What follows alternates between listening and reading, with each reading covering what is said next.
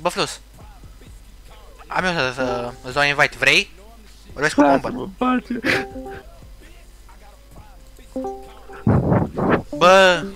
Bă, Flus. Vino aici vino mai jos aici, pe DVD. Faci mișto de el, Alina? Nu cu aia de fac mișto, ești prost. Vino mai jos acolo cu plati.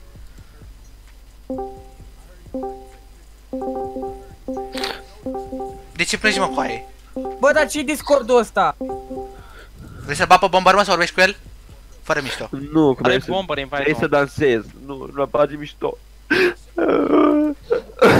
Hai mă, nu face mișto, nu face. Stai mă, că-l bat pe bombar, stai așa. Dați-mă cu invite, nu mai faceți. Dar nu-i dați bani în pula mea de proști. Bombar aici să-i dai invite. Dai mă invite, da, nu mai faceți cu invite mișto.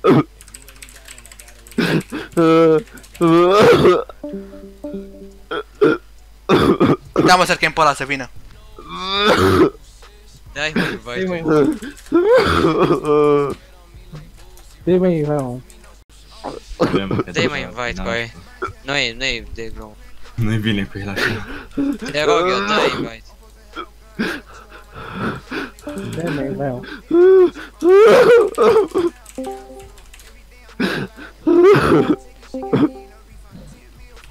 De ce plânge cu aia așa în halul ăsta? Cu aia nu mai băga pe toți ăștia, banează-i mă, frate! Banează-i mă!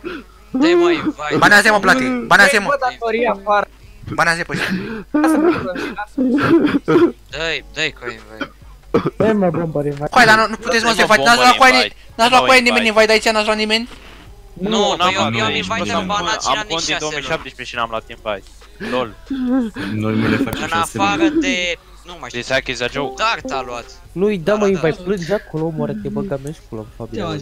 Acum îmi făcea trecerea că sunt cel mai slab și acum plânge să mă băgăm și pula morții tăi de spălă. Sau futem pe băta să-i dăm la muie. Terminați cu aia.